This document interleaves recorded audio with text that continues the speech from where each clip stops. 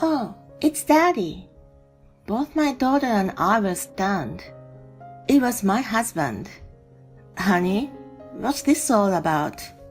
Seeing my face that had comprehended everything, he was visibly shaken. It's not what you think, this is. There's no escaping from this.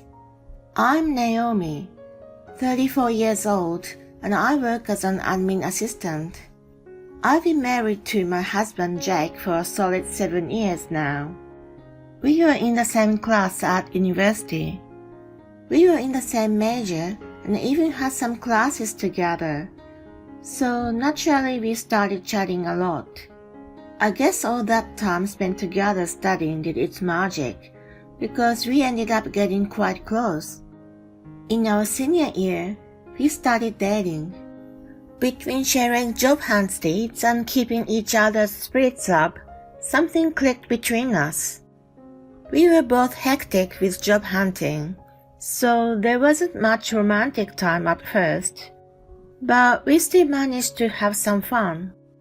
Pushing through the job hunt together gave us a buzz of motivation, and we found ways to relax while keeping on top of the games. And with a happy twist, we both landed jobs around the same time.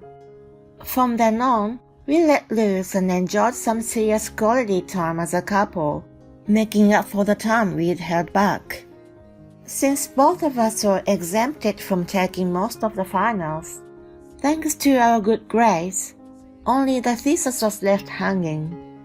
So we took short trips, went on drives, and made loads of memories. After graduating, we stepped into the real world. At first, we put getting used to the job as our priority, and didn't force seeing each other. That decision worked out well for us. When you meet up without enough mental space, even small things can trigger arguments. We met only when we genuinely felt like it. The time we spent together was a blast and a great breather from work's hustle. Fast forward about 3 years, we'd settled into our jobs, and that's when we started living together. Around that time, marriage was on our minds, so we wanted to try sharing our lives at first.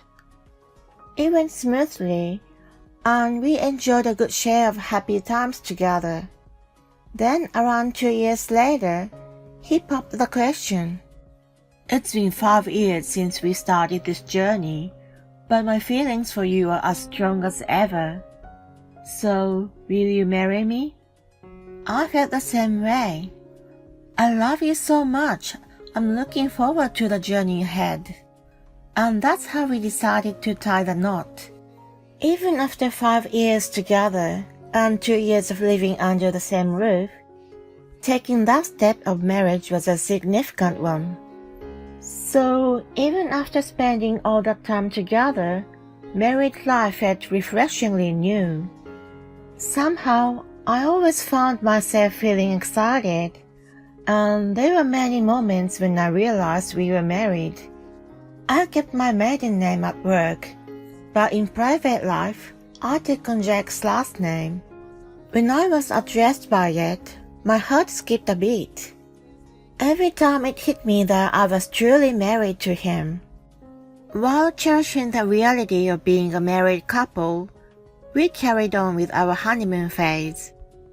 Our lifestyle didn't change dramatically from when we were living together, yet just the act of experiencing it as a married couple altered the perception quite a bit. Amidst all that, there was something truly joyous that happened between us. I got pregnant. About 2 years into our marriage, we found out that we were expecting a child. Hon, I'm pregnant. Really? Yeah, we're going to be parents. Yes, that's amazing, honey. He was overjoyed about my pregnancy, and I was thrilled too. Later on, I gave birth to the baby without a hitch. A lively baby was born. She was incredibly adorable, truly like an angel. She's our treasure, an exceptional baby girl. He was mesmerized by her as he held her in his arms. We named her Lisa. She was genuinely adorable, and both of us were in full-on darling mode. I made maximum use of maternity leave, plus as much unpaid leave as I could get, so I got to spend all my time with her. Jake had to work, so he rushed back home every night. We spent our time soothing Lisa, and it even made us have dinner later than usual. That was how we passed our blissful days. When Lisa started crawling or took her first steps, we were overjoyed and captured countless videos and photos. She grew fast, and before we knew it, she was able to speak. Mama? Oh, how cute! You can call me now. Every time she achieved something, we cheered. We were totally those overly doting parents, but that feeling of happiness was unmatched. I was happy that Jake was proactive in parenting. I thought once again how fortunate I was to have married him. Then Lisa started going to daycare. As my leave ended and I had to return to work, we had to start relying on it. Jake and I arranged it so that whoever finished work earlier picked her up. When our timing aligned, we went to pick her up together and headed home as a family of 3. Something happened at daycare today. Wow, really? Lisa, who was between Jake and me, happily told us about her day as we held hands. Listening to her story while walking home together was just pure bliss for both of us. We were a close-knit family, living our happy life together. I believed we were going to continue living like that for a long time. However, after a little while, Jake's work became busier, and he started having more overtime. So I became the primary person to pick Lisa up, given the circumstances. Daddy can't pick me up anymore? No, he's working very hard lately, so let's support him. Yep, go Daddy. She was such a sweet girl and wrote a letter of encouragement for Jake. I left the paper that said, "Love you, Daddy, you're my superhero," next to the dinner I prepared for him. He had been getting back home when she was already asleep. When he saw it during dinner, he was really touched. No way, she's such a sweet kid. I want to hug her right away. Hey, you shouldn't wake her up when she's sound asleep. Yeah, you're right. Man, she's such a good kid. Can I just sneak in to see her sleeping face? Make sure you don't wake her up with the hallway light. Got it. He happily headed to her room, taking care not to disturb her while stealing a glance at her face. It made me happy to see how much he cherished her. That was precisely why it was a bit unfortunate that his work kept him really busy, and we didn't get much family time together. Saturdays often end up being work days for him, so he couldn't even go out and have fun with us. Sorry, Lisa. Dad's got work again today. Okay, will you be back home at night? Yeah, that's the plan. I'll do my best to make it in time for dinner. Then I'll wait for Daddy to come back. Have a good day. Thanks. Love you so much. He headed off to work saying that, but sometimes he did, and the other times he didn't. On the later occasions, Lisa looked really disappointed, and it made me sad each time. But it was work, so there was not much to be done about it. I hoped she gradually came to terms with it. As Jake and I climbed the ladder at work and took on more responsibilities, overtime was bound to increase. Even during those times, I hoped she'd become a kid who handled things patiently. Of course I wanted to have plenty of family time, but I wanted her to slowly build up tolerance for those situations from early on. Despite that, I wanted to make the most out of the time we had together. I thought Jake shared the same sentiment. Still, I couldn't help but feel he was way too busy on those days. I decided to talk to him about it. Hey, don't you think you've been doing too much overtime lately? Can't you delegate some work to others and come home a bit earlier sometimes? Nah, that's not possible. I'm expected a lot by the company, and both my boss and assistants rely on me, you know. But hey, at least I'm home all day on Sundays, and that's when I can give Lisa my full attention. True, but she misses you quite often. I know it's not ideal. Well, I'll try my best to involve my assistants more with the work. That'd be great. He said so for the time being, but ultimately things didn't change. I gradually stopped expecting much from him. Well, being busy was unavoidable, and it wasn't like he didn't care about Lisa. So I thought I'd step in and give her plenty of attention in his place. Then she turned 5 and started learning the piano. She liked the sound of it after watching music shows. When she said she wanted to give it a try, I promptly enrolled her in piano lessons. There were many kids around her age in the class, and incredibly, a girl from the same preschool was there too. Her name was Sadie, and she was in a different class at school. I started chatting with her mom, and we became mommy friends.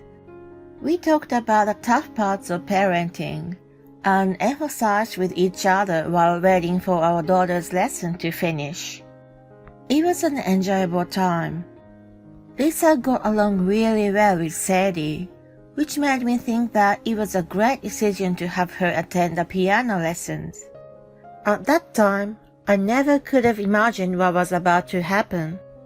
Sadie's mom and I started chatting when picking up our kids from preschool. I heard from the teacher that Lisa even started visiting Sadie from another class. Sadie was also a sweet girl and treated Lisa kindly. It was great that she made such a good friend and enjoyed going to school.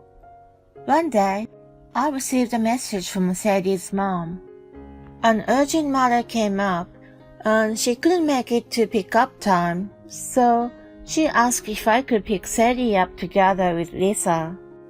It was a day when there was a piano lesson after school, and we were planning to head straight there.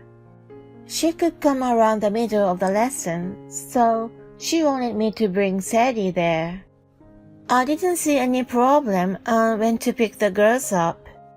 Sadie's mom had already informed the school, so the teacher was aware of the arrangement. 3 of us left school and headed to the lesson. It was an incredibly hot day, and the girls looked really uncomfortable in the heat. Since we had a little time before the lesson, I decided to stop by the ice cream truck. We sat on a bench at a nearby park and enjoyed our ice creams. The kids looked so delighted as they ate. Then we took a slightly different route to the class.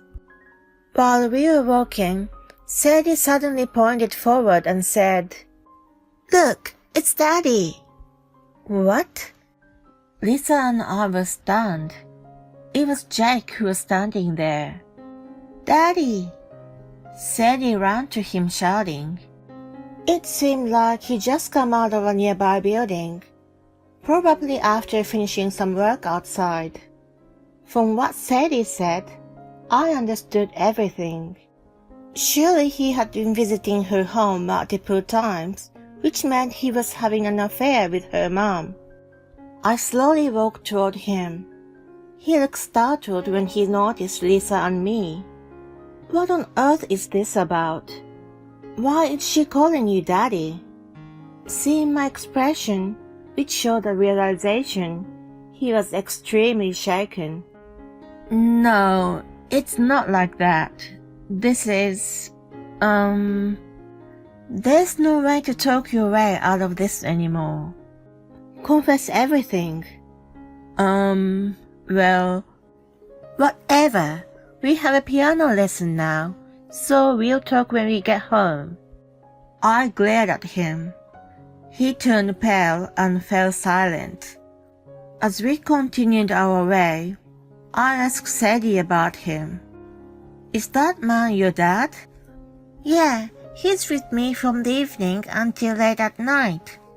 I see. Do you have dinner together too? Yeah, but Daddy doesn't eat much. Then he puts me to bed after that. It sounded like Jake wasn't working overtime at all, but instead, he was visiting Sadie's house every day. I, of course, was shocked, and Lisa fell silent by this revelation. My heart ached for her. After dropping Sadie off at the class, I told the teacher that Lisa seemed a bit unwell and needed to go home. Then I decided to go to my parents' place and take care of her with their help. I called them beforehand to explain the situation. Does Daddy like Sadie more than me? No, sweetie. As I struggled to come up with an answer, my dad spoke up. Your daddy did something very wrong. It's unforgivable. So there's no need for you to be treated well by such a bad person. Pumpkin, you have Mom, and you have Nana and me too. We all love you the most, sweetie. Don't forget that we are here for you. When he gently soothed her, she teared up and nodded in agreement. Then she fell asleep, perhaps exhausted from the shock. I immediately called Jake and conveyed that I wanted to talk. He agreed, so I headed back to the house. I also called my in-laws to join the talk. With my mom taking care of Lisa, my dad and I went to see Jake. He had Sadie's mom with him, but he probably didn't expect my dad and in-laws to show up. He was visibly shaken. Why are you all here? Well, is there something inconvenient? If it wasn't actually adultery, wouldn't you be more open about it? You better come clean. Dad. My father-in-law glared sharply, causing Jake's face to stiffen. Do you realize what will happen if you lie? Then my dad chimed in, and he turned pale, visibly shaken. Oh, well, you see, it's just that... he stammered. At that point, my mother-in-law snapped at him to speak properly. He let out a small gasp and nearly fell off the chair he was sitting on. Seemingly realizing that he couldn't evade the situation, he confessed everything. Just as Sadie had said, he had been visiting her house and having an affair. The initial encounter happened during a parent-teacher meeting that I couldn't attend due to work. They hit it up, exchanged their phone numbers, and through frequent interactions, their relationship developed in that direction. Sadie's mom was a single mother, and due to personal circumstances, she gave birth to Sadie without the involvement of her father. She had been focusing on raising Sadie on her own, but the situation grew increasingly challenging. By meeting Jake, she realized being with a man was enjoyable, and ended up becoming involved with him. Despite feeling guilty, Jake couldn't end the affair. He was torn between Sadie and Lisa, who were both adorable. In the end, he protested in tears, not wanting to sever ties with either of them, which made my affection for him vanish in an instant. Do you really think such selfish thinking would work? I'm divorcing you, and I'll be taking custody of Lisa. Whether you get to see her in the future is her decision to make. I mean, come on, I'm her father, so I have the right to see her. Then you shouldn't have engaged in adultery. My mother-in-law yelled angrily, and he finally toppled from his chair. Seeing him wincing in pain from his fall, I coldly uttered, "You betrayed both me and Lisa. Now face the consequences." Turning pale, he kept his head down. After that, I went through a lawyer to proceed with the divorce and demanded a hefty alimony from him. Of course, I also sought child support. After paying both alimony and child support, he couldn't sustain a relationship with Sadie's mom. Well, given his salary, it would have been impossible to repay debts and support another child. Sadie's mom initiated the breakup, and she returned to her hometown with Sadie. It was a relief that they left, and we no longer had to encounter each other at school. By the way, Jake was left not only by me and his adulteress, but also by his family. He currently lives alone, struggling to repay debts day by day. On the other hand, Lisa and I moved into a new apartment and started a new chapter of our lives. She seems to have no attachment to Jake anymore, and doesn't refer to him as daddy at all. She expressed that she didn't need to see him, so Jake ended up losing contact with her completely. She continues to enjoy going to school. I'm relieved to see that, as I was worried about the emotional impact of the divorce. Moving forward, I'll continue to prioritize her and do my best as a single mother to manage both my career and parenting.